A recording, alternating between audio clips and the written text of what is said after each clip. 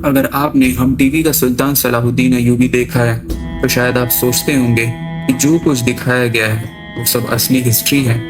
लेकिन क्या वाकई ऐसा है? इस सीरीज ने दुनिया भर के मिलियंस लोगों को सलाहुद्दीन अय्यूबी की कहानी से रूबरू करवाया, लेकिन ड्रामे को इंटरेस्टिंग बनाने के लिए कई हिस्टोरिकल इवेंट्स को बदला भी गया।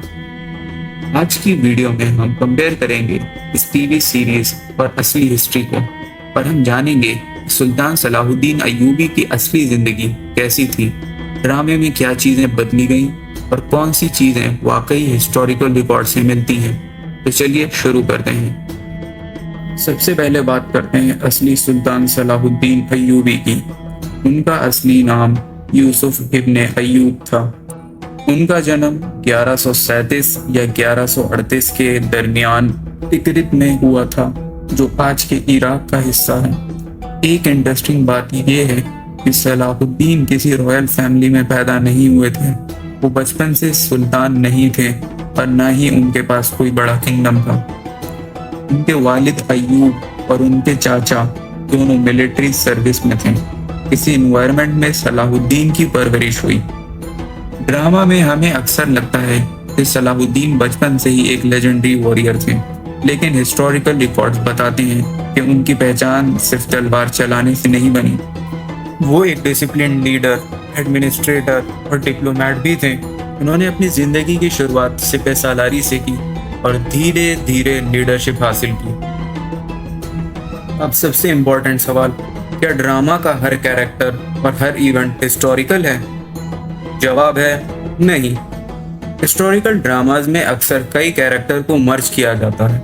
कभी दो हिस्टोरिकल लोगों की कहानी को मिलाकर एक कैरेक्टर बना दिया जाता है, और कभी किसी छोटे हिस्टोरिकल रोल को बड़ा बना दिया जाता है। इसी तरह पॉलिटिक्स, पर्सनल राइवलरीज और इमोशनल बातों को भी काफी एक्सपेंड किया जाता है। इसका मतलब ये नहीं कि ड्रामा गलत है, बल्कि इसका मतलब ये है कि एंटरटेनमेंट और हिस्ट्री के बीच बैलेंस बनाया गया है।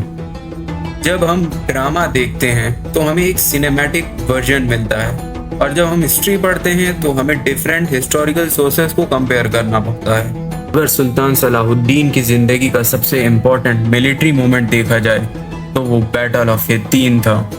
ड्रामे में इस बैटल को बहुत हीरोइक तरीके से दिखाया गया है, लेकिन असली हिस्ट्री में इस विक्ट्री का सबसे बड़ा रीजन सिर्फ बहादुरी नहीं, बल्कि प्लानिंग और ईमान था। हिस्टोरिकल अकाउंट्स के मुताबिक सलाहुद्दीन ने क्रूसेडर्स आर्मी को ऐसे रूट पर मूव करने दिया जहां पानी की कमी थी। जुलाई की सख्त गर्मी, प्यास और थकान ने क्रूसेडर्स सोल्जर को बैटल शुरू होने से पहले ही कमजोर कर दिया। उसके बाद सलाहुद्दीन की डिसिप्लिन्ड आर्मी ने उन्हें स्ट्रेटेजिक पोजीशन से घेर लिया। यही बैटल थी जिसने क्रूसेडर किंगडम की मिलिट्री स्ट्रेंथ को सबसे बड़ा झटका दिया और जेरूसलम की तरफ रास्ता खोल दिया।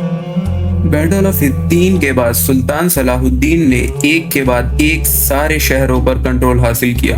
आखिरकार उनकी फौज जेरूसलम के बाहर पहुंच गई। ड्रामा में इस सीज को काफी इमोशनल और एक्शन पैक्ड तरीके से दिखाया गया है। हिस्टोरिकल रिकॉर्ड्स के मुताबिक जेरूसलम के डिफेंडर्स ने कुछ दिन तक रेजिस्ट किया, लेकिन आखिर में नेगोशिएशन शुरू हुई। सुल्तान सलाहुद्दीन ने सिटी पर कब्जा तो किया, लेकिन ईसाइयों ने जैसे मुस्लिम्स का लार्ज स्केल मैसेकर किया था, उसके जैसा बदला नहीं लिया। उन्होंने आखिरी नबी की सुन्नत पर अमल किया, सल्लल्लाहु अलैहि वसल्लम। सुल्तान सलाहुद्दीन को सिर्फ एक मिलिट्री कमांडर के रूप में याद करना उनकी पर्सनैलिटी को बहुत छोटा कर देना होगा। हिस्टोरिकल रिकॉर्ड्स उन्हें एक पेशेंट, डिसिप्लिन और प्रैक्टिकल रूलर के रूप में डिस्क्राइब करते हैं। वो डिप्लोमेसी को भी उतनी ही इंपॉर्टेंस देते थे जितनी बैटलफील्ड को। इसी वजह से उनकी क्रिश्चियन अपोनेंट्स ने भी उनकी लीडरशिप और पर्सनल कैरेक्टर की तारीफ की। तो क्या सुल्तान सलाहुद्दीन अय्यूबी ड्रामा हिस्टोरिकल है? हाँ, लेकिन पूरी तरह डॉक्यूमेंट्री नहीं। इस सीरीज ने असली हिस्ट्री से इंस्पिरेशन ली है, लेकिन कहानी को ज्यादा इंगेजिंग बनाने के लिए कई इवेंट्स और कैरेक्टर को अडेप्ट भी किया गया है। और शायद इसी वजह से इस ड्रामे ने दुनिया भर के लाखों लोगों को सलाहुद्दीन अय्यूबी की हिस्ट्री के बारे में जानने के लिए इंस्पायर किया। अगर आपको हिस्ट्री और ड्रामे के बीच का ये कंपैरिजन पसंद आया तो वीडियो को लाइक करें, चैनल को सब्सक्राइब करें और कमेंट में बताएं कि अगला एनालिसिस किस चीज़ पे होना चाहिए।